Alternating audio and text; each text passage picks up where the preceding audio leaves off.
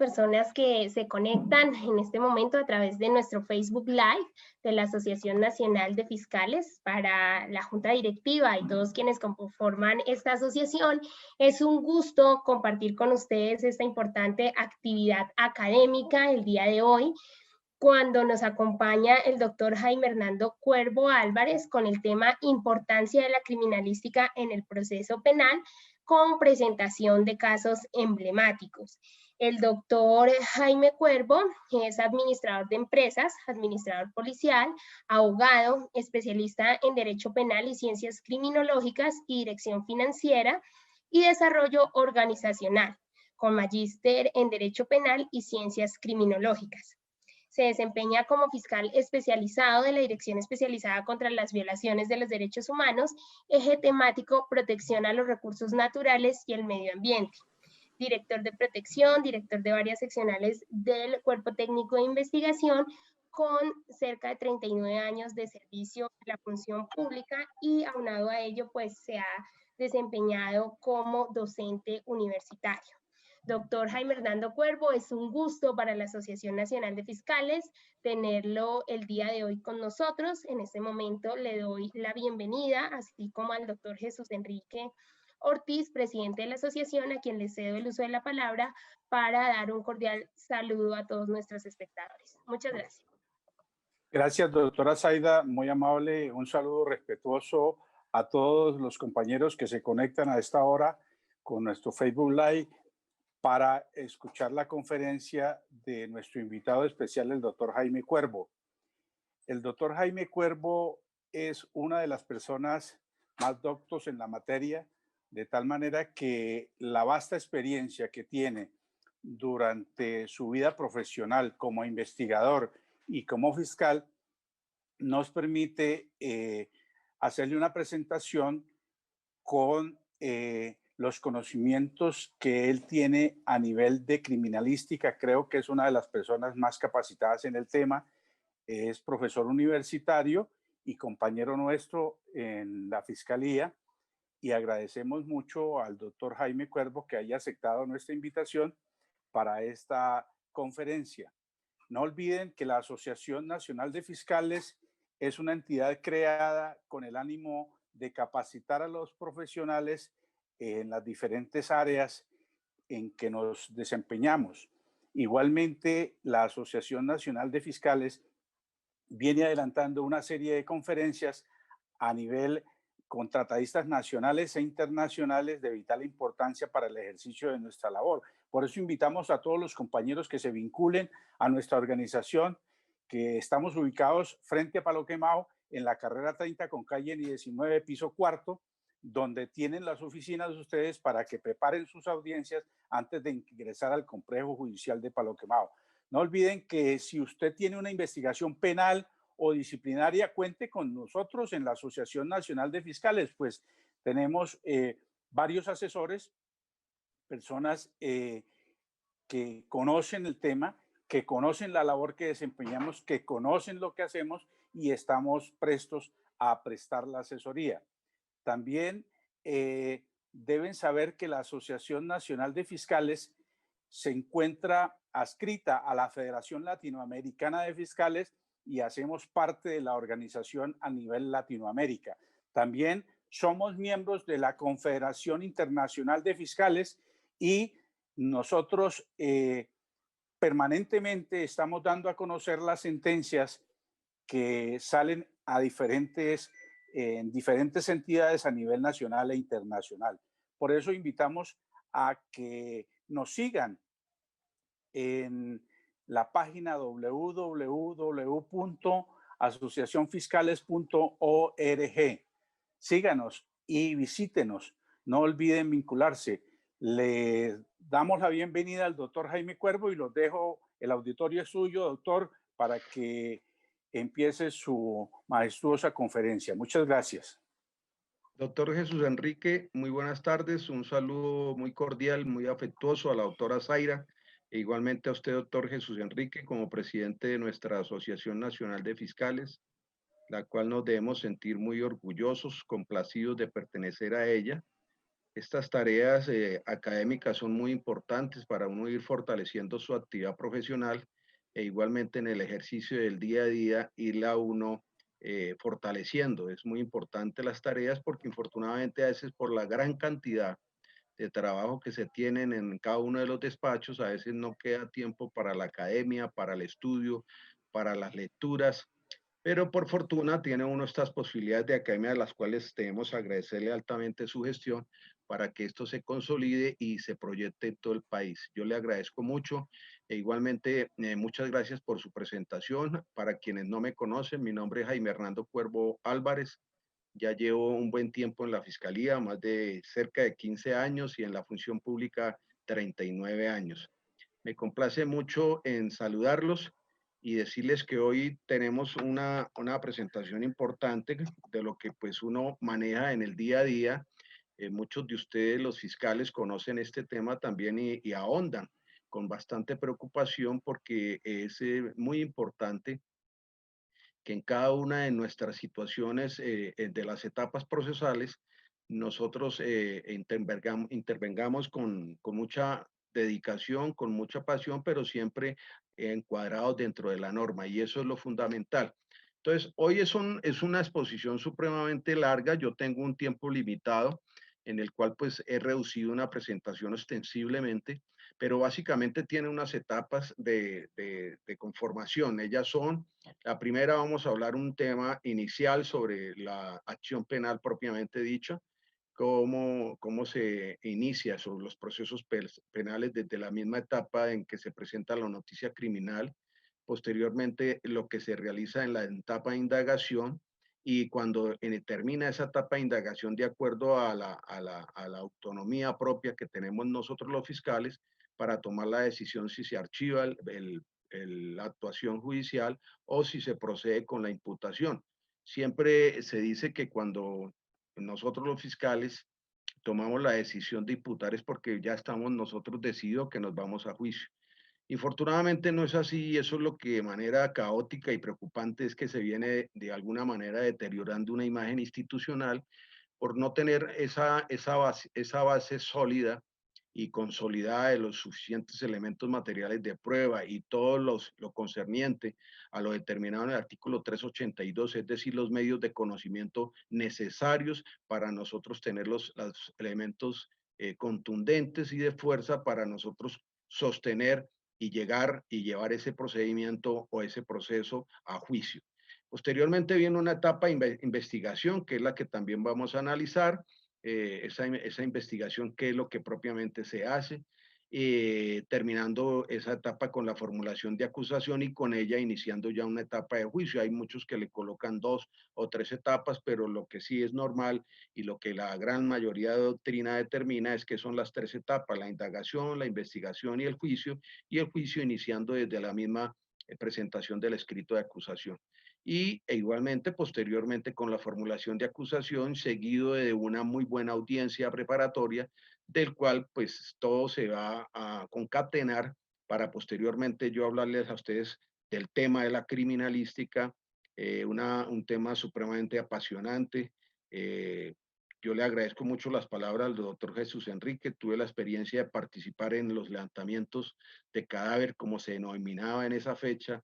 Hoy ya tiene otra denominación más científica, más técnica, pero de los levantamientos de cadáver, como así se denominaba, del Palacio de Justicia y los de Armero. En Armero, pues una situación preocupante, caótica y demás, porque no se podía realizar no otra circunstancia propiamente técnica que era la investigación, la identificación de las personas y esa identificación se hacía era mediante el proceso de necrodactilia, o sea, la identificación de las personas que muy poco pudimos hacer por la magnitud del problema, pero sí sirvió bastante para que muchas personas a nivel de todo, a nivel nacional, conocieran que sus seres queridos habían fallecido en esa catástrofe.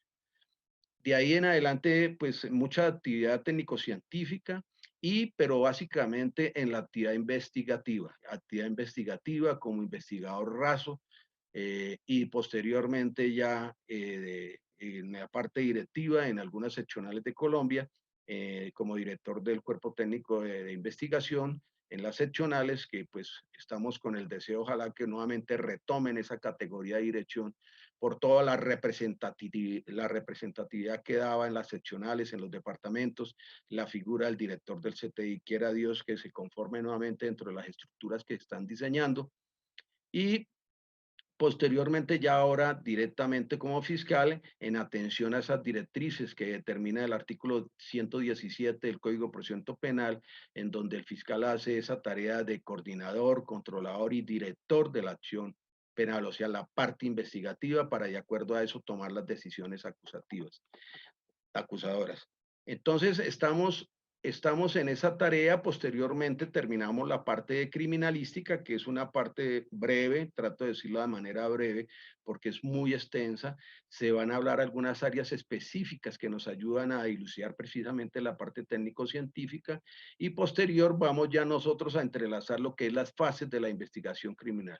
Y las fases de la investigación criminal es supremamente importante porque es la esencia nuestra, la esencia de los fiscales, es lo que a nosotros nos da mérito y nos da fortaleza en nuestras audiencias, donde tenemos suficiencia y tenemos capacidad necesaria para poder nosotros hablar con carácter y con firmeza, y por eso a veces hacemos una encerrona tal a la defensa que no tienen otra opción, primero, de allanarse a los cargos o solicitar algún preacuerdo o un principio de oportunidad. Muy importante esas fases de la investigación también porque el propósito nosotros primario, el principal propósito que tenemos los fiscales dentro de nuestra investigación criminal precisamente son dos, y el uno es conocer la verdad. Tenemos que conocer la verdad, qué es lo que realmente está sucediendo cuando a nosotros se nos está informando unos hechos, y segundo, conocer a los responsables. Fundamental eso. ¿Por qué? Porque se debe determinar siempre que bajo esas dos condiciones fundamentales es que el fiscal lleva todo su acervo probatorio al fiscal y al señor juez, y el juez gana credibilidad, o nosotros ganamos, la credibilidad del caso, para nosotros de esa manera sostener nuestra teoría del caso, y de acuerdo a ello tengamos nosotros la participación activa y positiva dentro de la administración de justicia. Lo que queremos nosotros es que se haga justicia. Aquí no queremos nosotros ganar procesos. Aquí a veces absolutamente decimos ganamos el proceso. Aquí nadie gana. Aquí la que gana es la justicia, y que se haga lo que la justicia determine, ya sea con sentencias condenatorias o absolutorias. Y posteriormente unos casitos emblemáticos que hemos venido trabajando desde las universidades. Yo soy docente de la Universidad Libre, también de la Manuela de Beltrán y también de la Escuela de Cadetes de Policía General Santander, y entonces con los alumnos reunimos elementos necesarios. Infortunadamente no podemos presentar todos los casos emblemáticos. Yo les traigo dos casos emblemáticos que son muy bonitos, son muy necesarios, y seguramente nos van a nosotros a vislumbrar, porque aquí se va a determinar cómo han sido las sentencias solamente de pronto con la prueba indiciaria para el caso ejemplar que yo traigo, que pues es un motivo incluso de debate, pero aquí lo importante es la recolección del elemento material de prueba, e igualmente de la evidencia física, que a nosotros nos van a soportar los elementos de juicio para hacer, por ejemplo, inferencias razonables de lo que fue lo que sucedió en verdad, y de acuerdo a eso realizar todo el procedimiento penal que es el adecuado. Igualmente, traigo el caso de la niña conocida por todos ustedes, un caso emblemático y que fue infortunado, que sucedió en la ciudad de Bogotá, el caso de Juliana Zamboní. Son casos que los tenemos representados cumpliendo precisamente las fases de la investigación criminal. ¿Qué es lo que quiero yo transmitirles a ustedes, y como experiencia que ha servido mucho para los casos que en el día a día uno conoce, en el evento, en el caso mío, hoy en día como fiscal, como fiscal especializado, pero del área del eje temático protección a los recursos naturales y el medio ambiente, pero que también sirve para cualquier clase de delito o cualquier título del cual se desenvuelva el desarrollo de la protección de un bien jurídico tutelado. Para cualquiera de ellos se puede utilizar, y es solamente seguir el orden. Yo creo que es casi que mecánico este sistema, evidentemente un caso es muy diferente a otro, pero si nosotros le impregnamos a ellos cada uno de los pasos que se deben seguir de manera muy puntual, eso nos va a ayudar a nosotros a consolidar siempre nuestras teorías del caso y nos van a llevar con éxito al cumplimiento de nuestro deber como fiscales. Yo permanentemente digo hoy en día que ha sido un tema que se ha puesto mucho en el tintero y del cual se está hablando de manera permanente, incluso muy recurrente, donde sale sentencia tras sentencia y que quien ha sido una de las pioneras en este sentido, la doctora Patricia Salazar, en donde hablan siempre de lo que es los hechos jurídicamente relevantes. Infortunadamente, no seguimos el ejercicio de los libros que nos enseña la misma fiscalía, la misma escuela, la Dirección de Altos Estudios, en donde nos dicen los pasos, nosotros vamos cumpliendo los pasos, esa delimitación importante de las circunstancias de tiempo, de modo, de lugar, e infortunadamente en muchos apartados del país pues no se conoce todavía muy bien eso y no se hacen unas buenas imputaciones, referente claro del artículo 286, referente claro del artículo 337 en lo que respecta a la formulación de acusación.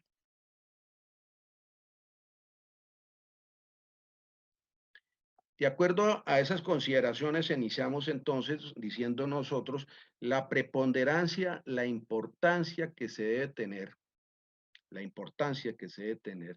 desde el mismo momento en que se están haciendo la recepción de los elementos materiales, perdón, de las noticias criminales. Nosotros conocemos que las noticias criminales son ya sea por fuente formal o ya sea por fuente informal, pero que tiene que haber un análisis, debe haber un filtro. Hoy en día, infortunadamente, por no haber ese filtro que es exigible y que es casi que el inicio de es donde se inicia el aparato judicial a funcionar. No se hacen esos filtros y hoy en día tenemos despachos con muchos procesos y si se hace una observación clara, como lo han venido haciendo muchos fiscales, que desde la Dirección Nacional en esa época de fiscalías y hoy en día con la Dirección de Seguridad Ciudadana, que vayan a cada uno de los departamentos y se determina qué es lo que se está denunciando, cuál es la querella que se impuso, cuál fue la llamada telefónica que inició por fuente no formal, cuál fue la noticia periodística, además cuál fue el anónimo que dio la inicio a ello, o cuál fue la petición especial. No se hace ese filtro y es lo que está permitiendo que entre, como comúnmente lo denominamos nosotros de manera coloquial los fiscales, mucha basura. Y desde ese instante no se hace un buen desarrollo y un buen criterio para tomar determinaciones. De lo que no sirva, pues no le adelantamos ni siquiera le damos el radicado para que inicie de manera adecuada en la etapa de indagación. Ya cuando viene la asignación, dependiendo ya la noticia criminal, ¿y por qué? Porque pues nosotros nos trasladamos al artículo 250 constitucional y precisamente si enarbolamos esas frases que allí se mencionan en donde se dice que la Fiscalía General de la Nación inicia las investigaciones de aquellos comportamientos que comportan o que tienen características de delito. Y ahí está la clave. ¿Cuál es la característica de delito? Bien lo dice el artículo 250, como también lo refiere el título cuarto del Código de Procedimiento Penal cuando habla de las partes y los intervinientes y hace toda la composición de la Fiscalía y cuál es la tarea propia de ella. Nosotros también en la parte investigativa sabemos que el artículo 200 en adelante nos ayuda mucho, pero qué bonito es estudiar comportamientos que revisten características de delito, porque es delito.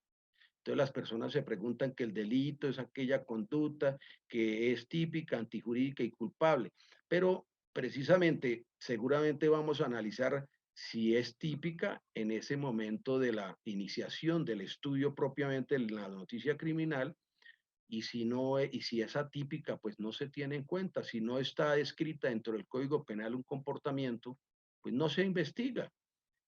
Hace unos años en Colombia la bigamia era delito entonces se adelantaban las investigaciones en Colombia, no es delito, entonces no se puede. Hace un tiempo el maltrato animal no era delito, entonces no tendrían por qué adelantarse las investigaciones y no había ninguna inconveniencia.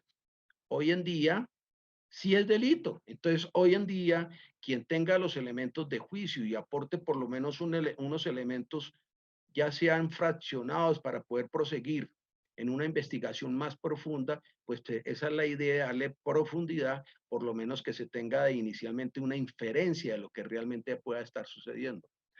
Eso con respecto a la parte investigativa, entonces cuando llega ya un artículo muy hermoso que es el 207, que es que infortunadamente a veces no se hace, pero hoy en día con el paso del tiempo se ha tornado obligatorio. Ya es obligatorio que el fiscal se reúna con sus investigadores y no que el fiscal haga su programa metodológico y que se lo esté pasando en un papel a los investigadores, o por lo menos para sentarlo en el SPOA, para darle, por ejemplo, para que no le llamen la atención de por qué no hizo el programa metodológico, por qué no quedó escrito dentro del SPOA.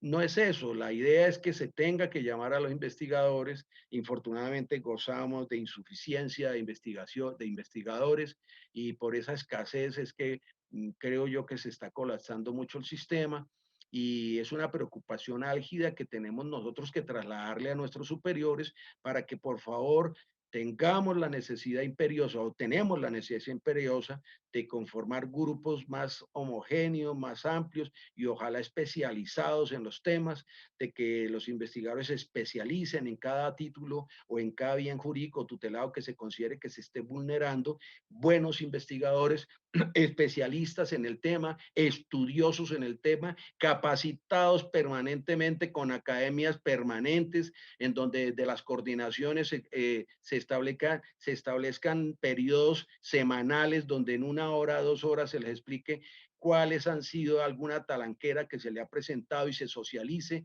y que entre todos debatan sobre esa circunstancia y que lo que le sucedió a uno sirva de eco de resonancia para que en todos les sirva, para que sirva de un buen ejemplo y para ir corrigiendo las actuaciones del día a día.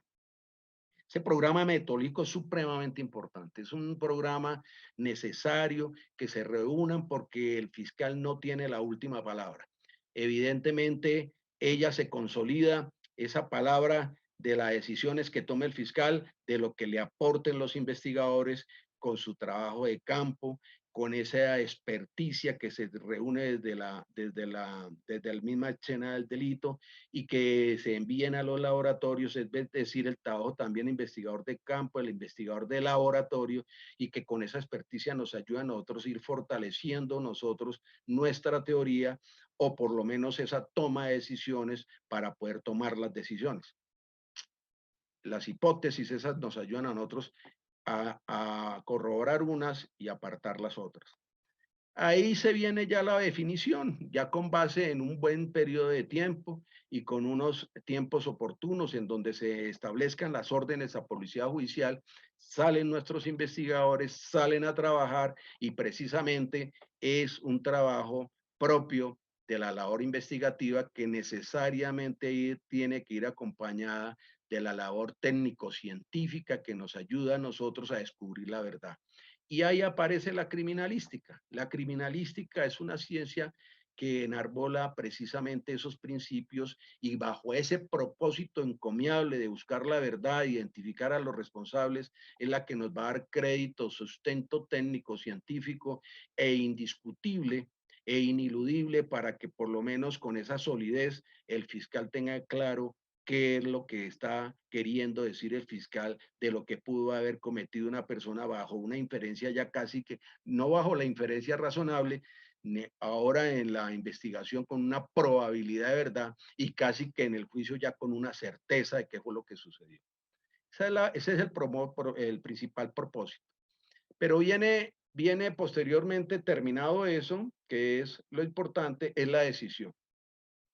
Reunido nuevamente, no solamente es una sola reunión el programa metodológico, es una tarea dinámica en donde se tienen que, hoy en día con tantos avances tecnológicos nos han ayudado a nosotros a que periódicamente de manera dinámica nos reunamos con nuestros investigadores y se tomen decisiones firmes. La decisión vamos a imputar y si vamos a imputar ya tenemos que ser conscientes de que el proceso va para juicio.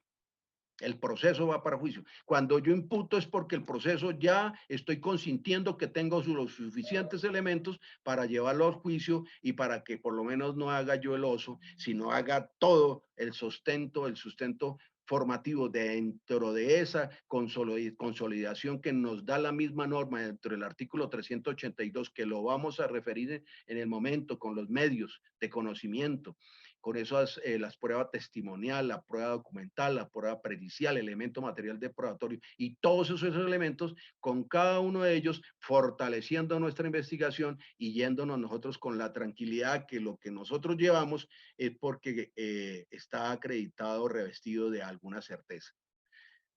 Ya inicia la etapa investigativa. Resulta que por lo general siempre, y con la experiencia, y lo digo con alguna experiencia, cuando ustedes imputan, incluso le dan la oportunidad a que las partes tengan una exposición breve de lo que acontece, si tienen alguna que no debiese hacer porque es un acto netamente, meramente de comunicación, pero los jueces actualmente muy inteligentemente le dan la posibilidad que hable el delegado del Ministerio Público, que siente sus puntos de vista con relación a la imputación que uno está brindando. Lo mismo lo hace el investigador, lo hace también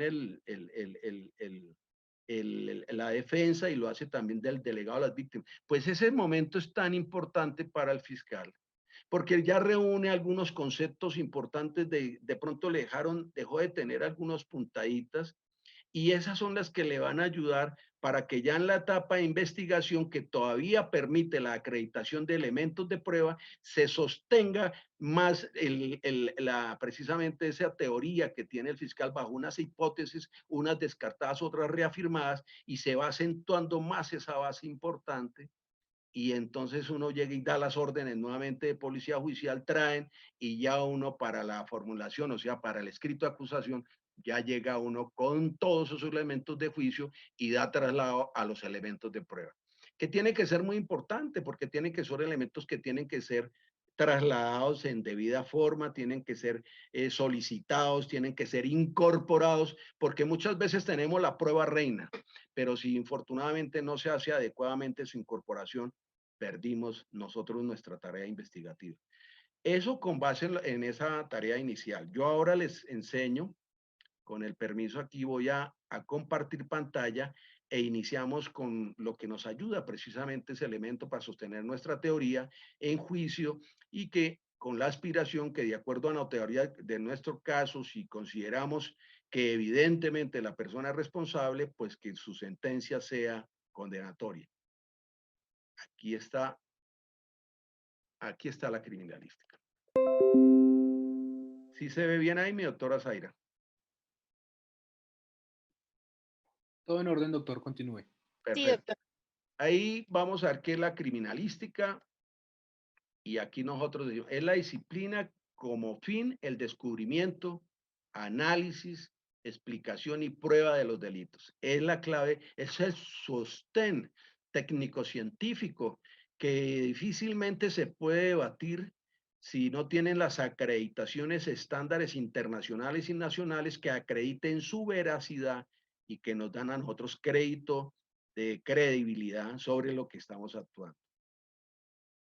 Aquí nos valemos nosotros de conocimientos técnicos por medio de un conjunto de técnicas y procedimientos de investigación, ya sea al área independientemente de la que se conozca, que permite determinar siempre el cómo, el quién, por qué, dónde y cuándo, que es lo fundamental.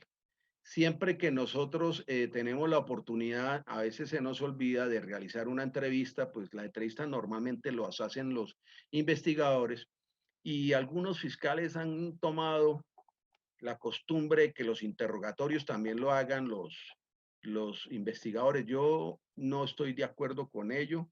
Quien debe realizar los interrogatorios necesariamente es el fiscal, quien es el que se mata allá en las audiencias y es el que, mejor dicho, se ruboriza cuando las cosas no están en orden o por lo menos no tiene conocimiento pleno del acontecer. El fiscal, considero yo, que teniendo en cuenta siempre estos interrogantes, dentro de los interrogatorios que se hacen en la etapa de indagación, en la etapa de investigación, si es la necesario, si quieren vincular a alguna persona dentro del proceso, dentro de las mismas entrevistas, algunas importantes con la presencia también del fiscal, para que se vaya ilustrando mejor del tema. Entonces siempre es necesario tener en cuenta estos interrogantes. Aquí busca la verificación de los autores delictivos, como yo les hacía mención, los medios de comisión del delito y las víctimas, es decir, la tripartita que se le llama siempre, que es la víctima, el victimario y el victimario y la escena del delito, que es muy importante también tenerla presente. Aquí, a través de sus diferentes tipos, tenemos la criminalística de campo, que prácticamente anteriormente tenían una denominación que era muy bonita, que investigador criminalístico. Hoy en día ya se ha reevaluado, ya son técnicos y se habla mucho de la criminalística de campo, la criminalística de laboratorio, la criminalística físico-comparativa y la criminalística informática, es la que está llegando. La criminalística se vale de muchas ciencias auxiliares y otras disciplinas. Esto lo voy a pasar rápido. Lo que es propiamente la biología, que habla mucho del tema de la hematología. Hoy en día en los delitos contra los delitos sexuales se habla mucho, se estudia mucho lo del semen, lo mismo la identificación del ADN. La química es muy importante en temas aquellos de que hay temas de intoxicación, donde nosotros queremos hacer también los análisis técnicos, por ejemplo, la determinación si existe, si determinada sustancia es alucinógena, ¿no? Como los PIPH.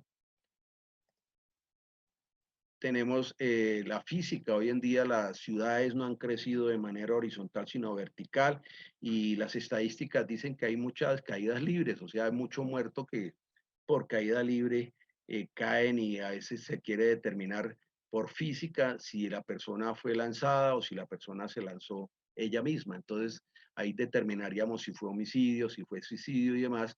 Y aquí está una delimitante bonita, que es el estudio de la física. Es un tema muy interesante que hoy en día se estudia mucho con respecto a esta clase de hechos cuando suceden de esa manera, principalmente caídas libres. La medicina legal, muy importante para la determinación de las causas de la muerte. La balística, muy gran parte de los homicidios que suceden en nuestro país son utilizados con armas de fuego. Entonces, por eso es muy importante conocer la balística interna, la balística externa, la balística de efectos. Y es supremamente interesante este tema para quienes lo conocen y que nos apasiona este tema de la balística. La balística es un tema muy interesante.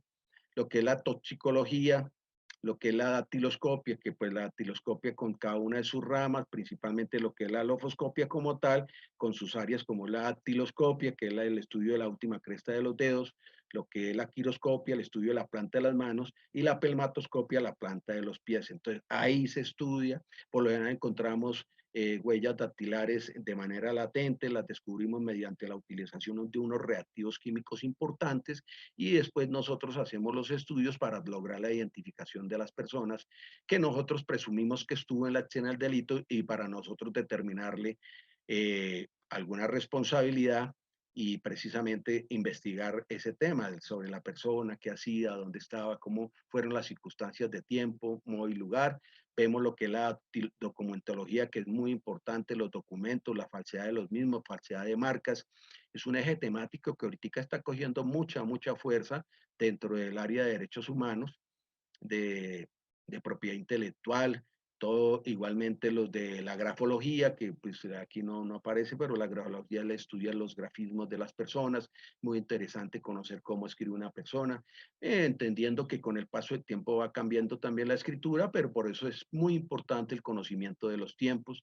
La antropometría es muy importante si principalmente hay casos donde en alguna época, aproximadamente 10 años, 15 años, se presentaban las inhumaciones, parecían era ya las inhumaciones no, sino se encontraban esas masacres que hubo, se inhumaban a las personas y posteriormente mediante un proceso juicioso de exhumación por parte de los antropólogos nuestros, que son muy profesionales. Soy conocedor del tema porque eso sucedió mucho cuando fungí como director del CTI en Montería, y allá encontrábamos muchas fosas de esa índole. Llegaban nuestros antropólogos y hacían unos estudios maravillosos para descubrir la identidad de las personas.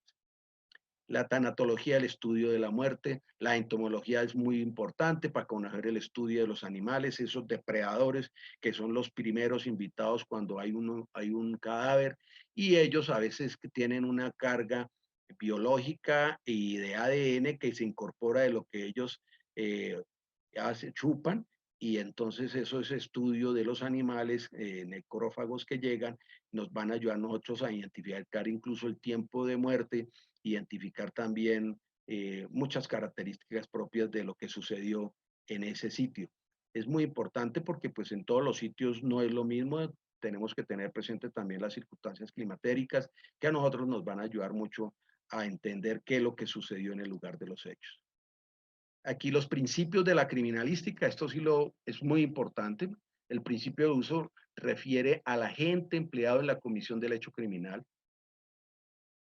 Estos son los mecánicos que causan heridas, surcos, contusiones, laceraciones, los químicos que causan envenenamientos, las intoxicaciones, los físicos causan quemaduras, los biológicos infecciones, y asimismo hoy en día vienen usando agentes tecnológicos, ustedes los conocen, los computadores, los celulares y demás.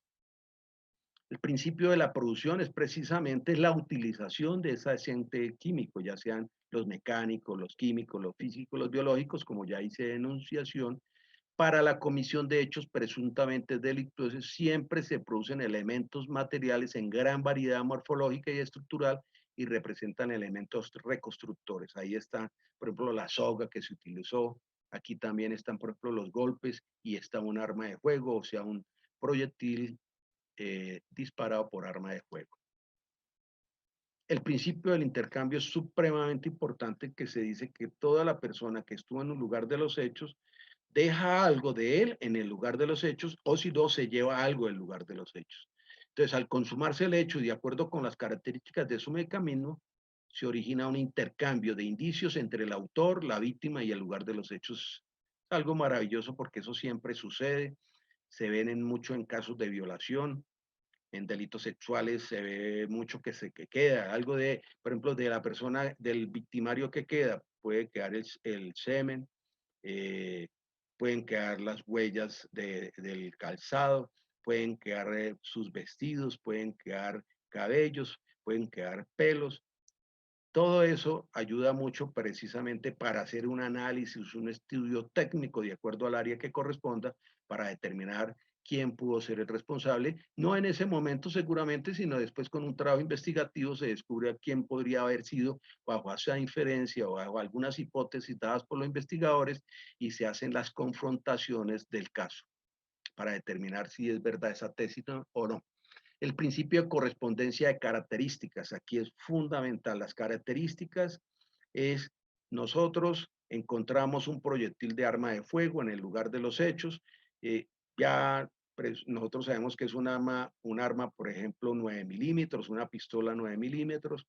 Posteriormente, en el trabajo investigativo encontramos a unas personas, se capturan a ellas, una tiene un arma, y en esa arma después dejan un estudio balístico, se hace un disparo en un tanque de agua, se recolecta ese proyectil y se hace un análisis comparativo y se asimilan que las características son similares, lo que nos determina que con esa arma fue que se causó el homicidio de una persona. Es un trabajo muy dinámico, muy bonito. El principio de la reconstrucción, se hacen las reconstrucciones, que es lo que normalmente hacemos. Nosotros hoy en día se dice que con la ley 906 es mejor que los fiscales no vayamos al lugar de los hechos porque nos convertimos en unos testigos. Pero muchas veces no es así porque uno es el director. La misma norma lo dice, uno es el director, el controlador y el coordinador de todas esas actividades, y a veces uno tiene que conocer las cosas de primera mano.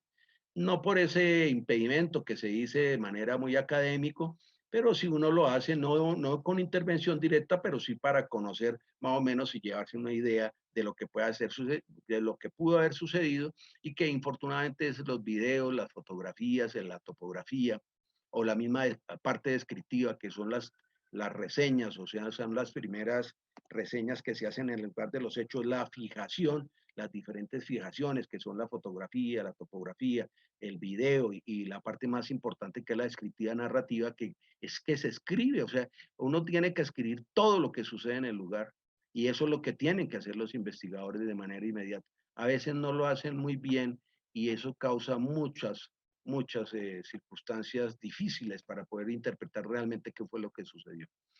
Esa es la reconstrucción, el principio de la probabilidad, lo que uno piensa que pudo haber sucedido, la reconstrucción de los fenómenos, de ciertos hechos que nos acercan a nosotros al conocimiento de la verdad.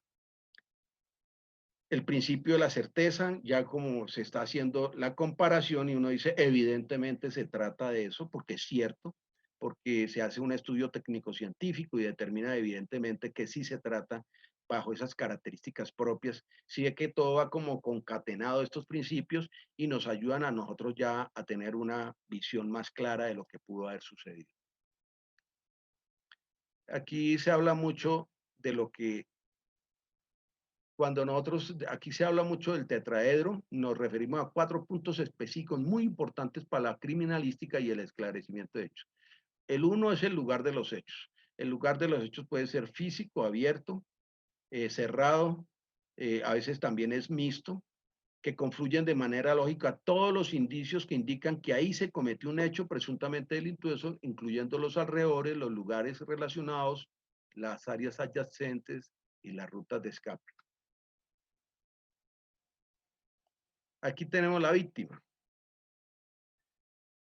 Criminalísticamente se denomina víctima a la persona violentada, afectada, violentamente afectada, la persona sujeto de hecho criminal, es decir, la persona que resulta vulnerada o lesionada por un acto delictivo y de la cual es objeto de investigación criminal. Es muy importante que se tenga esto. Nosotros normalmente hacemos unas entrevistas a las personas, a los testigos y a las víctimas. Y ya los interrogatorios se los hacemos a las personas que consideremos nosotros que tiene alguna responsabilidad y que seguramente con ese interrogatorio va a quedar más claro, va a dilucidar todas las dudas que tenga, va a aclarar bien el espectro que se tenga sobre lo que pudo haber sucedido y se toman definiciones muy importantes. El victimario, la persona directamente perpetradora del hecho. De igual forma, también se le denomina autor a todas aquellas personas que participan junto con él. Como elementos necesarios, es importante destacar que mientras las evidencias no indiquen precisamente quién es el autor o quiénes son los partícipes, se le hace tratamiento de autor. Aquí ya tengo que, ya se habla propiamente del lugar de los hechos, pero este es el lugar de los hechos donde sucedió precisamente cada una de estas situaciones que se dan. Tengo que ir avanzando porque el tema es un poquito largo, pero lo más importante es que ustedes conozcan cada uno de estos lugares y ya salimos para ahorita ya pasar a lo que son las fases de la investigación criminal. Aquí entonces dejo participar esta y ahora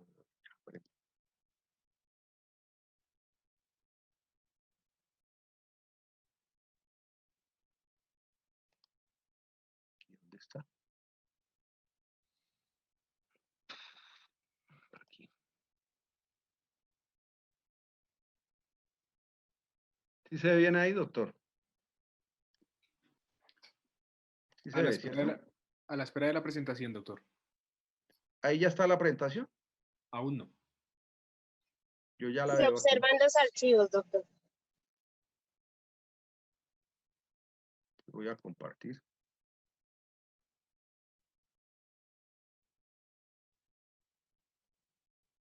Ahí sí se ve. No, doctor, aún no. No observamos la presentación. Está cargando. Sí está cargando.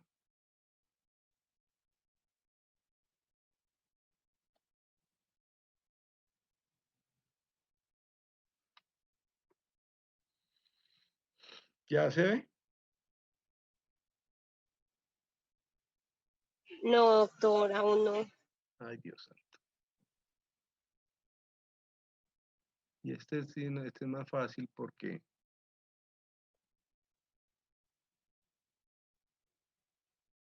tampoco,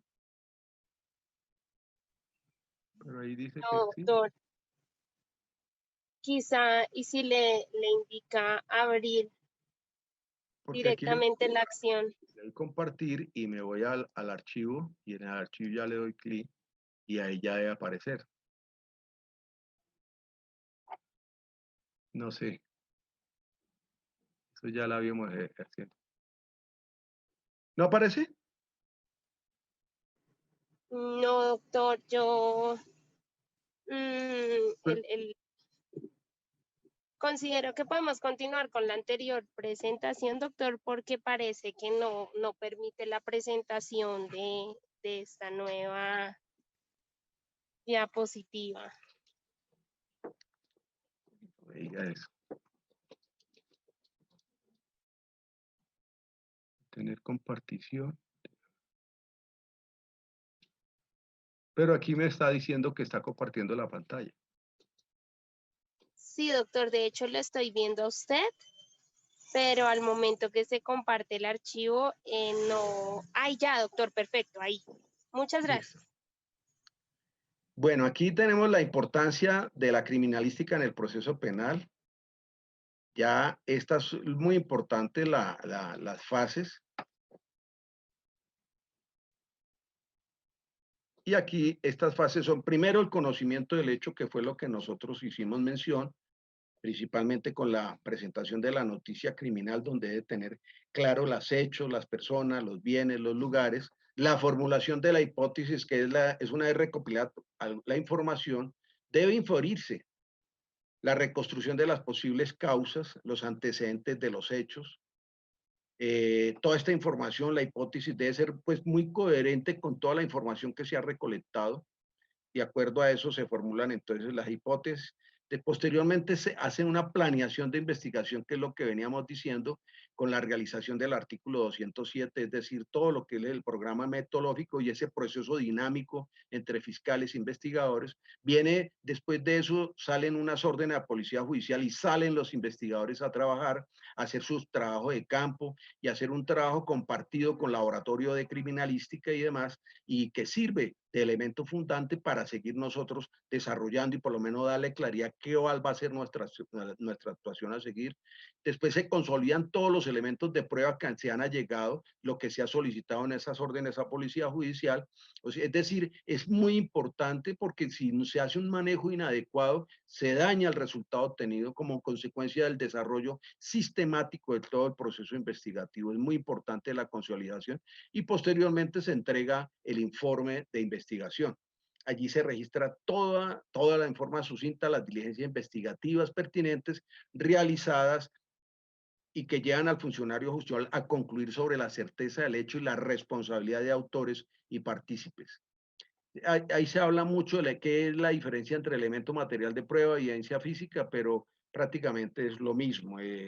Esas preguntas nosotros se las hicimos al maestro Jaime Bernal Cuellar en su momento y se las hicimos al doctor Jairo Parra Quijano.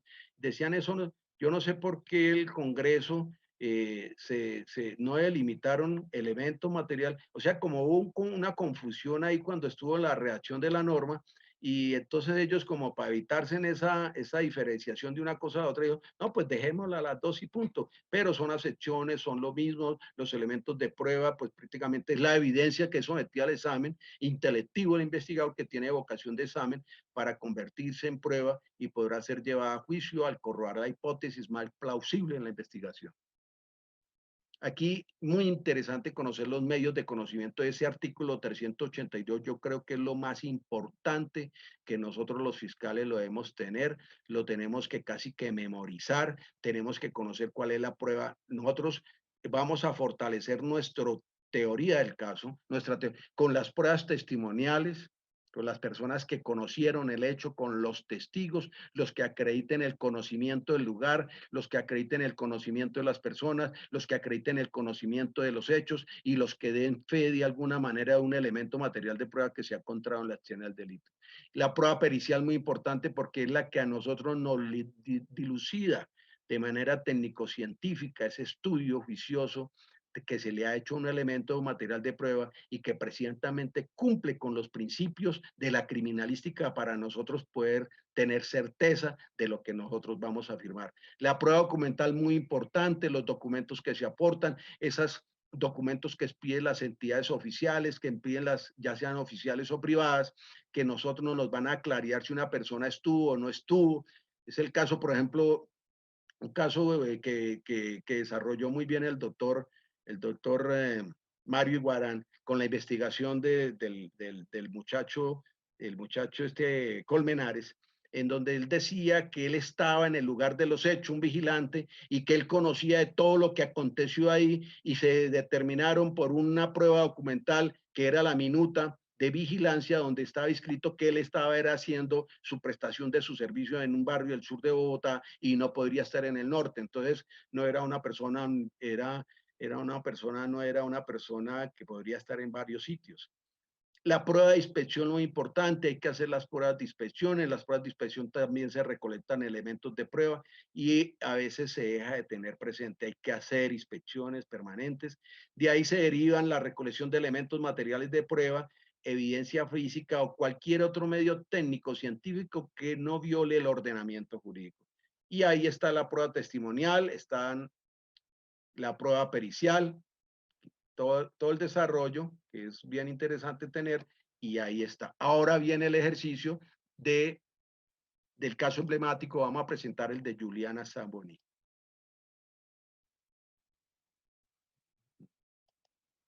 Ojalá aquí se vea caso Juliana Zamboni.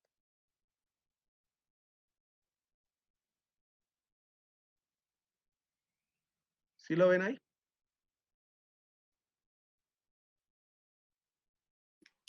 Aún no, doctor.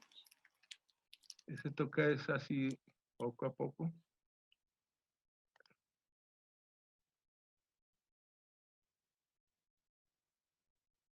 ¿Ya lo estamos viendo, doctor?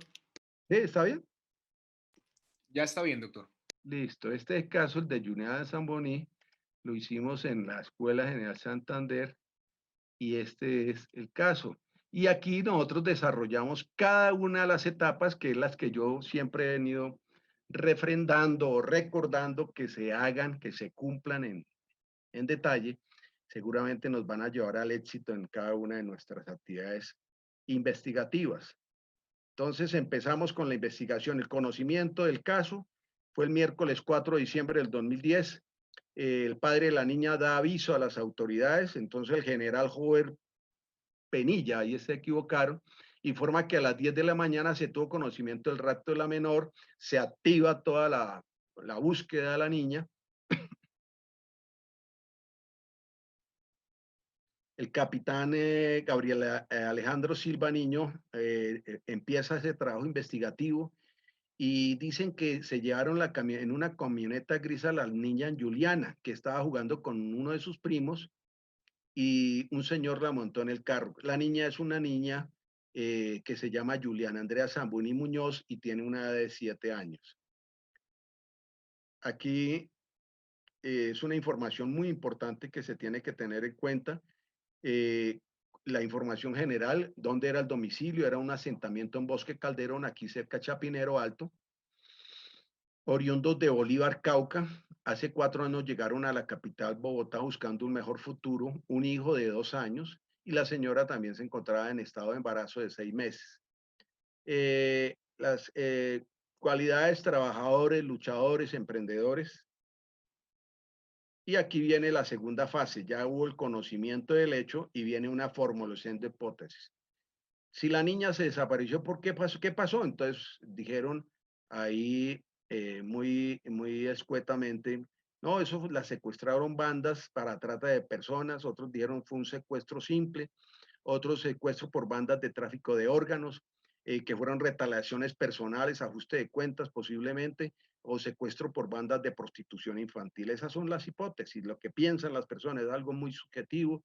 Se hace el programa metodológico, se reúnen los investigadores y en esa reunión con los investigadores salen una serie de tareas y entre esas mirar las cámaras de video del sector y evidentemente dentro de esas tareas, infinidad de tareas que salen del programa metodológico con los fiscales investigadores, se dice que la camioneta es una camioneta Nissan X-Trail color plata, modelo 2009, placas DBO 960. Es muy importante porque de lo que se busca en ese sitio salen otras nuevas órdenes. La otra orden es buscar allá en los expedientes de tránsito a quién le corresponde ese vehículo. Evidentemente llaman al propietario y dicen, no, ese carro es de mi esposo, ese carro es nuestro, pero nosotros se lo dimos a nuestro cuñado. Y ahí es cuando ya empieza a conocerse muy bien la persona que fue quien raptó a la niña. Entonces son casos que se llevan investigativos así, de manera ordenada, y salen cosas muy bonitas, se identifica el carro, el Gaula es el que la identifica, ¿por qué? Porque inicialmente la hipótesis se dijo que era un secuestro, por eso se llaman a los del Gaula, se comunica con la señora Laura, ella es la que contesta, que son los propietarios del vehículo, se ponen una cita en la estación de policía, allí hablan con un intendente y es cuando se identifica que quien tiene el vehículo está en poder del señor Francisco Uribe Noguera. Explica que el vehículo no está bajo su poder por un negocio familiar informal y que la tiene mi hermano, nadie en mi familia conoce su paradero. No ofrecen una respuesta clara, por eso hoy en día los dos hermanos de este señor están también vinculados procesalmente. Ellos ya les dieron la libertad, pero todavía el proceso continúa. Proceso donde ellos tienen, creo yo, muy gran responsabilidad. Francisco era el hermano y dijo que quien no tenía era Rafael Uribe Noguera. El hermano de Francisco, es decir, Rafael Uribe Noguera, posiblemente el responsable para ese momento de este rapto. Se dice una información general. Esta fue la información que así coloquialmente la dieron las personas y los investigadores. Nosotros no cambiamos absolutamente nada porque sostuvimos nosotros relaciones, comunicaciones con ellos para que ellos nos dijesen a nosotros qué fue lo que ellos conocieron de primer momento. Ellos dijeron la información general, el señor vive en Chapinero Alto, es una familia muy prestante capitalina, es un arquitecto de la Universidad Javeriana, como situación particular plagió su tesis. Decían cualidades era que era una persona muy jovial, profesional, educado, le gustaba mucho la fiesta, era de una familia también prestante y que era un deportista. Defectos, según lo que él mismo dijo el policía, decía que era muy mujeriego, que era muy celoso, que era montador, que era bebedor y que también era consumidor de estupefacientes y mucho alcohol. Ya en búsqueda, se empezó la búsqueda de Rafael Uribe. El señor, pasado un buen tiempo y esa conexión con los familiares, aparece el señor mediante algunas llamadas telefónicas, los familiares y amigos y lugares, y después fue que apareció el tipo, pero ya bastante embriagado, porque se descubrió que el hermano le dijo, embriáguese, mejor dicho, haga que con su accionar se piense que usted puede ser una persona inimputable, es decir, que no tiene comprensión, no tiene entendimiento, y era una persona que si lo que hizo, lo hizo fue bajo influjos de estas sustancias y que usted no tenía razón para poder hacerlo de otra forma. Aquí ya está. ¿Qué se encontró? Entonces aquí ya viene la conformación del elemento material probatorio que es muy importante nosotros tenerlo presente, cocaína, alcohol, 3 bolsas de alcaloide, como se denomina comúnmente, popularmente como el perico, el aguardiente, 1,5 botellas. El tipo, aquí lo que dice la policía, toda esta información nos la suministró la policía y la fiscalía dice se drogó después de consumar el delito, como parte de una coartada para intentar atenuar la responsabilidad de sus actos. Posteriormente, se fue, el señor Rafael se fue a la clínica, me confesó que había estado con la niña que estaba buscando y que esta había muerto accidentalmente. Entregó la dirección del lugar, se fueron al lugar de los hechos hicieron todas las reseñas y las fijaciones importantes, fotográficas, las topográficas, las de video, narrativa, descriptiva, y llegaron al lugar de los hechos. En el lugar de los hechos han pasado muchas cosas, mucha información guardada. Posteriormente el vigilante, bajo alguna presión, seguramente de algunas personas interesadas y responsables, se dice que se suicidó. Se perdió una buena información testimonial por parte de él, pero que una reseña gráfica en las cámaras de video, en donde demuestra cómo ingresó, y por fortuna se alcanza a apreciar algunas partes de la niña y un zapatico. Entonces, el conocimiento, confirmación y verificación de los hechos, el aseguramiento del lugar de los hechos, se hizo la observación, análisis, valoración del lugar de los hechos, se hizo la fijación del lugar de los hechos. Esto es tarea y son protocolos que tienen que cumplir los investigadores. En esa fijación del lugar de los hechos, posteriormente viene la búsqueda de elementos materiales de prueba. Las búsquedas deben ser como lo determina el protocolo, ya sean zigzag, ya sean en franja, ya sean en este caso circulares, en espiral y demás. Y se encuentran los elementos, y una vez encontrados se registran esos elementos, y topográfica y fotográfica y de video, y se hace después la recolección. Se hace un embalaje adecuado, se hace un rotulaje, y se hace lo mismo con todos los elementos materiales de prueba que se encuentren, y se envían al laboratorio. Aquí se ingresa al lugar. Allí subieron a la terraza, donde había un gran jacuzzi empotrado. Contaba con unas puertas en los costados para acceder a la tubería interna y motores, y ahí fue donde encontraron a la niña. Agentes del Gaula abren unas puertas, alumbran con linterna celular y encuentran a la niña de 7 años.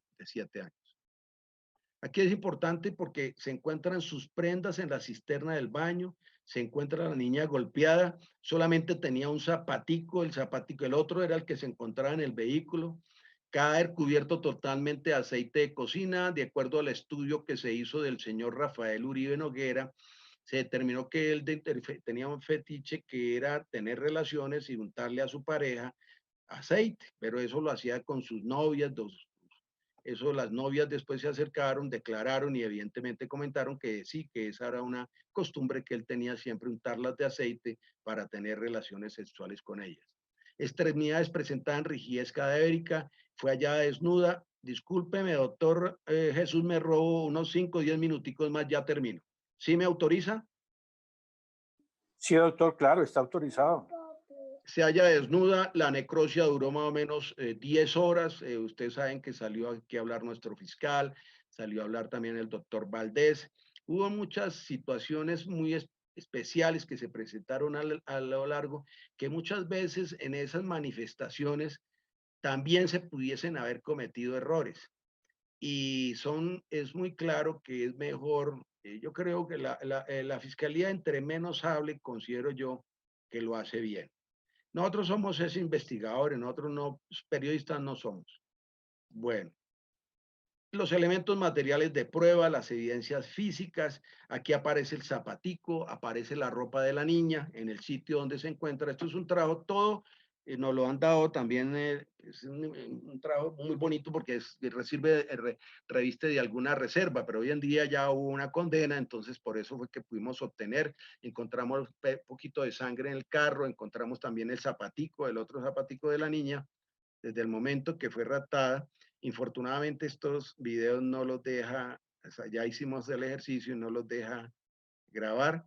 Aquí ya fue capturado el señor, se llevó a la clínica, se estuvo allá en la clínica, se le leen sus derechos de capturado, se hacen todas las actuaciones iniciales y preliminares de la policía judicial, e igualmente en atención a todas esas consideraciones de la ley 906, o sea, nuestro código de procedimiento penal, nuestro código objetivo, y empieza todo el trámite de eso.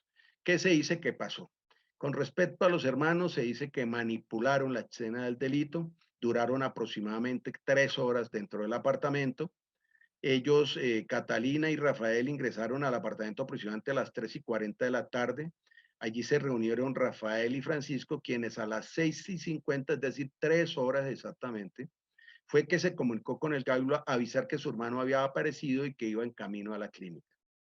Ustedes aquí, Catalina y Francisco, hermanos de Rafael, ingresaron a media tarde del domingo al apartamento 603 del edificio ACU 66 cuando los agentes del Gaula iban a buscar a Rafael en otro punto de la ciudad. Ellos los habían engañado. Por ello están siendo judicializados. Y por eso nuestro fiscal del momento, que el doctor Néstor Humberto Martínez, dijo que la escena del crimen fue manipulada y que le ha instruido a los fiscales para que judicialicen a los terceros que estén intentando obstruir con la acción de la fiscalía. Así se ha hecho. No sé cómo, no tengo que ser honesto, no he conocido bien los adelantos del proceso de ellos. En la actualidad, sí tenemos unas decisiones de segunda instancia de las cuales nosotros las estamos estudiando, un grupo de investigadores, precisamente para nosotros hacer nuestros cuestionamientos y pues que dentro de ese debate académico, si algo sirve para la judicatura, bienvenido sea.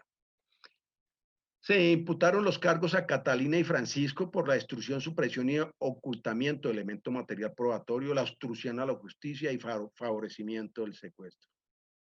Aquí están todos, borraron la serie de mensajes de los textos, los registros de llamadas, habrían informado sobre el segundo apartamento de Rafael, la asistencia a las diligencias judiciales. No se dijo, se informó que la camioneta estaba en poder del agresor, se dijo, pero se dijo muy tarde. Y prohibieron a los hermanos, la medida de aseguramiento que les profirieron a ellos fue no privativa de la libertad y lo único que se solicitó fue la prohibición de los hermanos salir del país. Para quienes de pronto hemos estudiado en este tema, ellos tendrían casi que igual o mayor responsabilidad que el hermano. Se encontraron, aquí está la clave, 57 pruebas documentales, que es lo que yo digo y amerito sobre el tema de los medios de conocimiento, lo que refiere a nuestro artículo 382, 20 testimonios, se encontró también los informes de criminalística, fueron muy importantes, todos los estudios técnicos científicos, que son los que hoy en día acorralaron a la persona y prácticamente hicieron que se allanara los cargos, pero para esta clase de delitos no se les concede ningún subrogado penal. Aquí está pues los videos de la informe pericial, el testimonio del celador que posteriormente, según las informaciones, se suicidó. Aparece todo, cómo apareció la camioneta, cómo fue grabada en el momento en que llegaba a Altos Calderón, perdón, sí, Calderón, llegaba y posteriormente cuando se retiró también el mapa virtual de los hechos, los labores de vecindario, que es muy importante el trabajo de campo de nuestros investigadores, y las cámaras de seguridad. Es decir, lo que yo quiero decirles e interpretarles a ustedes, queridos amigos, es decirles que esas labores del investigador acucioso es lo que nos brinda a nosotros todo el elemento de juicio, porque ellos son nuestros ojos, nuestros oídos, y ellos son los que, esa es la sustancia fundamental que acredita, además porque van a ser nuestros testigos en el juicio y son personas que tienen que estar muy capacitadas en cada uno de los temas. Hoy en día no se puede coger a un fiscal, digo yo, o a un investigador, hoy en día ponerlo aquí a trabajar unos temas investigativos, después pasarlo al otro. No, aquí tenemos que, tenemos que capacitar, profesionalizar y especializar a nuestro fiscal. Ese fiscal que hace todo es bien complicado porque a veces quiere hacer mucho y no hace nada. Aquí están la consolidación de la prueba, las versiones de nuestro director de la época del Instituto Nacional de Medicina Legal y Ciencia Forense, el doctor Valdés, que ustedes lo conocen, y está después el informe investigador de campo. En la audiencia de acusación se le imputó el acceso carnal violento, el secuestro agravado, el feminicidio, y por ende se le dio una alta pena a él. No hay ninguna rebaja, la ley prohíbe cualquier beneficio judicial y se aceptaron los cargos. Ahí está el momento, infortunadamente no salen los videos, pero son largos y pues el tiempo no alcanza. El juicio de Rafael Uribe Noguera, 51 años, 8 meses, eso lo apelaron y posteriormente sí alcanzó como a 58 años, tengo entendido. La condena fue la condena, ahí tenemos los videos, un trabajo muy bonito. Es un desarrollo, este desarrollo investigativo para llevarlo nosotros a las aulas ha sido muy importante porque salen muy retroalimentados nuestros investigadores de lo que realmente es el deber ser. en un tiempo récord se había logrado sacar adelante una investigación precisamente por el trabajo juicioso, acucioso, honesto, entregado de los investigadores con los fiscales que sin mediar tiempos, espacios y demás, sacaron adelante, acorralaron a la defensa, evitaron esas estrategias defensivas de posibles inimputabilidades y demás, hicieron de que la persona necesariamente por ese acorralamiento se allanara a los cargos. Se demostró que se puede trabajar en ya de la Fiscalía y la Policía Judicial. Muchas gracias. Muchas gracias, doctor Ortiz. Estoy presto a las preguntas que consideren pertinentes. Claro que sí, doctor. Ha sido realmente muy práctica esta charla y tenemos una pregunta relacionada con una temática como es el enfoque de género. ¿Cómo podrían adoptarse en todos estos protocolos de criminalística precisamente para desarrollar las investigaciones con enfoque de género? Pues yo dije, como lo dije inicialmente, nosotros estamos en un momento de perfección del día a día. Hoy en día, con todas estas nuevas modalidades de investigación y de nuevos bienes jurídicos tutelados que se han establecido y nuevos tipos penales que han llegado al Código Penal, pues casi todas nosotros las queremos encuadrar dentro de estas fases de investigación. Si se cumplen estas fases, si hay un buen entendimiento entre fiscales e investigadores, cualquier delito que se trate, como también el el maltrato animal, como ahorita tú dices, de enfoque de género, que es lo que está también en boga, también nosotros lo hemos hecho lo hemos trabajado mucho con la Dirección de Altos Estudios y han ayudado mucho. Sirve mucho, pero evidentemente tiene que haber unos perfiles adecuados y esos perfiles adecuados deben ser de peritos y psicólogos y demás especializados del tema que nos den luces para ir rebusteciendo lo que es el elemento material de prueba. Sí, señora. Listo, doctor, muchas gracias. Doctor, en ese sentido que usted ha señalado que se está presentando todos estos cambios y estas nuevas maneras de generar la investigación y de realizar precisamente en el mejor sentido los protocolos y lograr a feliz término todos estos procedimientos, ¿cuál sería la mejor manera para agilizar? Y nos preguntan también en este caso para agilizar y enfrentar esos retos que la Fiscalía tiene de esclarecer y avanzar con los casos, pero no de cualquier manera, sino particularmente de una forma ágil. ¿Cuáles serían esos presupuestos, doctor? Necesariamente, yo lo enuncié también, necesitamos suficiencia investigativa, necesitamos un mayor cúmulo de fiscales, no se puede concebir que un fiscal esté manejando 400, 500 procesos, eso es un atropello a la justicia. No pueden haber investigadores sobresaturados en la semana con 50, 60, 70 expedientes u órdenes a policía judicial. Pues ahí lo que estamos nosotros es de alguna manera coadyuvando a la mediocridad, a un trabajo irresponsable.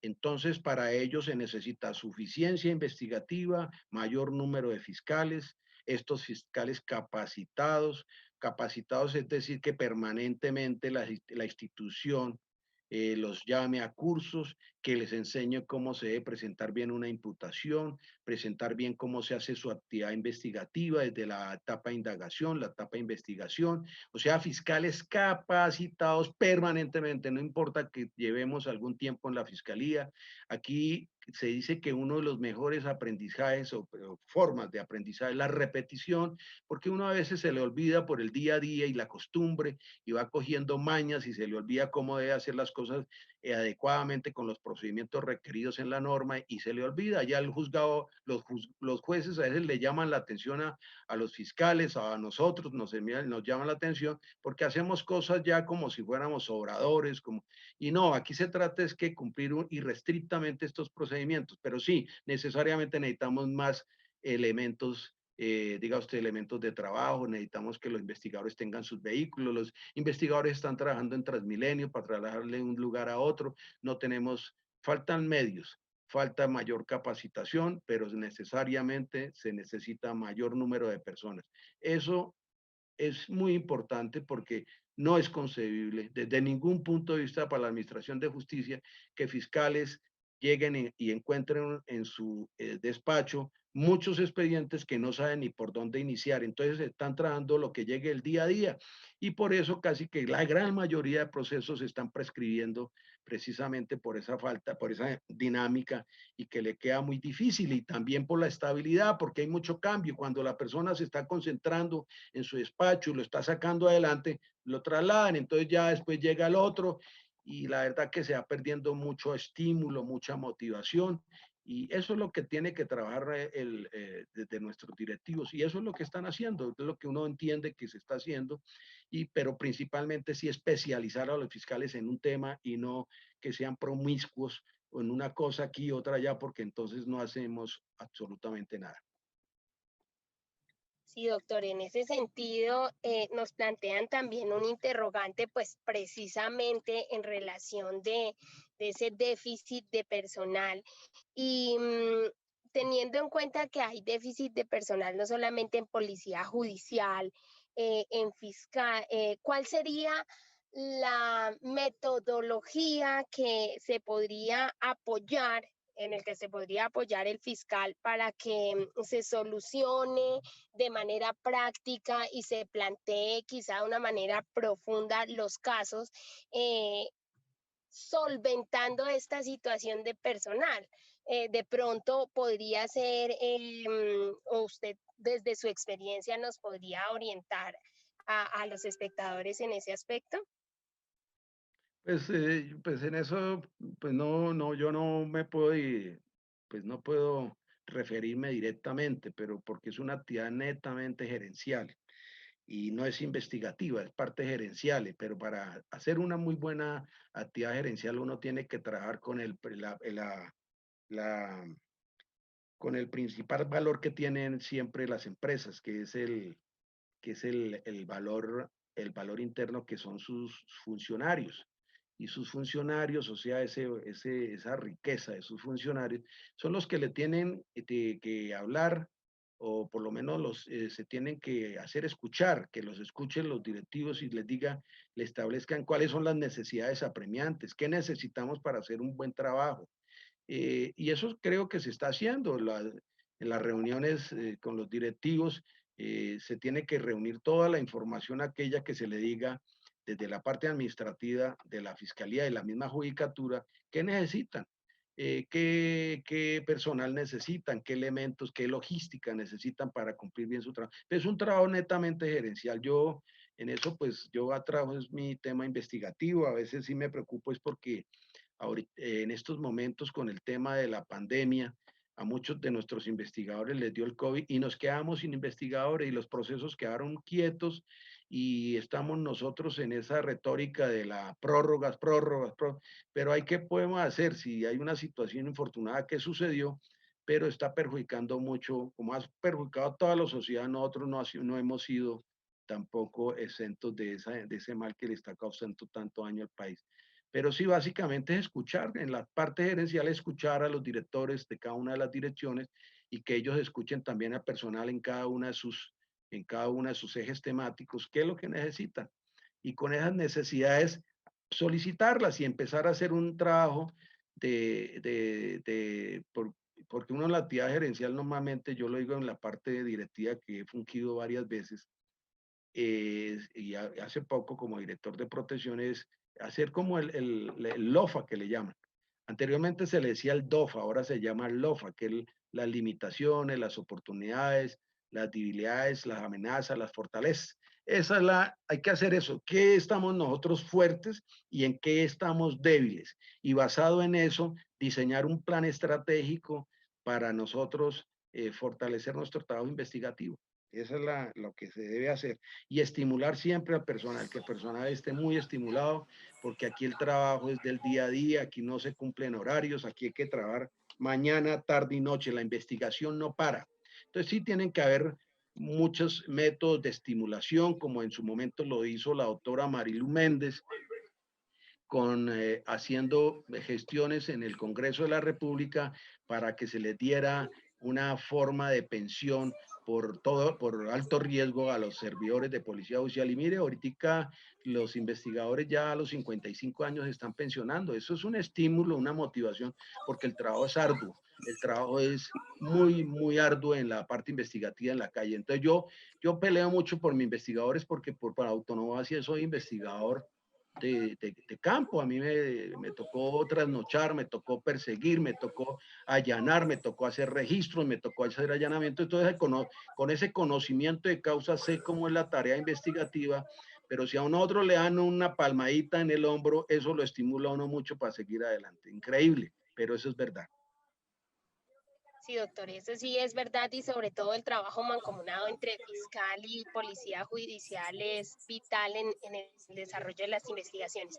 Doctor, y para cerrar, es importante, no podríamos culminar esta actividad académica sin preguntarle a usted desde su experiencia cómo ha observado el proceso, la técnica criminalística en esta nueva normalidad, cuáles son los retos, a qué se enfrenta, qué dificultades pues presenta y cuál es su apreciación precisamente frente a esta nueva normalidad de la criminalística. Pues como es un tema muy apasionante y porque de todas maneras nosotros los fiscales, nuestra labor y nuestras intenciones son afines siempre a la actividad de criminalística. Uno sostiene permanentemente comunicación con los investigadores de campo, con también los de laboratorio, e interactúa. Y en el caso personal tengo unos amigos que hacen inspecciones técnicas a cadáveres en Bogotá, y yo hablo con ellos sobre las situaciones, hablo sobre aspectos del COVID, cómo han manejado ese tema, cómo lo vienen soportando, cómo lo manejan en sus familias y cómo ha sido ese desarrollo de su trabajo diario. Y ellos me argumentan que lo están haciendo con mucho temor, que están muy preocupados. A veces se extiende mucho el trabajo porque a veces por algunas circunstancias diferentes al COVID los llaman y cuando llegan son situaciones de COVID entrelazadas con una u otra enfermedad y se preocupan mucho. Pero sobre el tema de la criminalística, pues también se altera, pero es muy interesante hoy en día que sí, desde la dirección del CTI, el doctor Alberto Acevedo, con absoluta seguridad, conocedor del tema de criminalística por muchos años, investigador y también es director de CTI de muchos años, ellos están estudiando muy bien en cada una de las seccionales, incrementar esa voluntad de estudio en la parte criminalística, ya están llegando nuevos peritos, los están capacitando y hoy en día como la criminalística, como toda ciencia va cambiando, es dinámica, sí lo están haciendo adecuadamente. Es un trabajo progresivo, pero firme.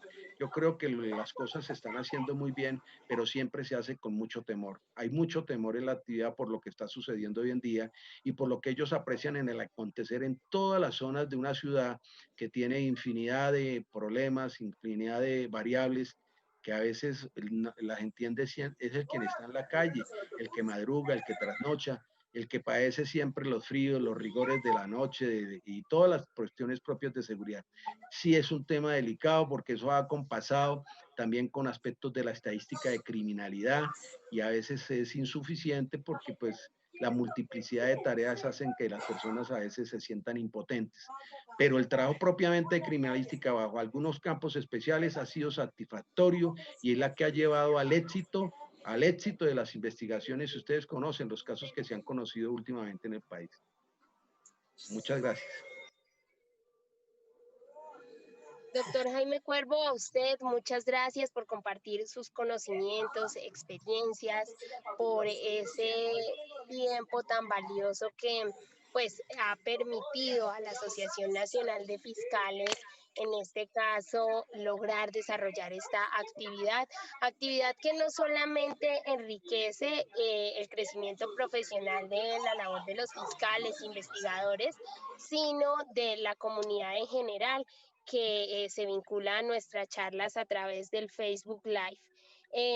Doctor Jaime, de verdad, en nombre de la Asociación Nacional de Fiscales, un agradecimiento y le doy paso al doctor Jesús para el cierre del evento. Muchas gracias. Muchas gracias. Pero estamos muy agradecidos con el doctor Jaime por haber compartido con nosotros esas experiencias que usted ha tenido a lo largo de la vida y como lo decía al inicio de la conferencia, nadie más docto en la materia que su señoría, que conoce la investigación, que sabe de la investigación, que sabe la importancia de la criminalística en el proceso penal y cómo es que se ganan los juicios si respetamos rigurosamente los procedimientos establecidos en la ley y de esta manera logramos una condena y no solamente eso, sino que logramos que nuestros investigadores tengan la conducta de comportamiento de hacer las investigaciones de acuerdo a como lo establece la ley. Agradecemos al doctor Jaime que nos haya compartido esta conferencia y considero que para todos los fiscales del país nos enriquece mucho y nos fortalece dentro de la labor investigativa que nosotros hacemos diariamente. Muchas gracias, doctor, y esperamos contar con usted en una próxima conferencia. Muy buenas tardes. Con mucho gusto.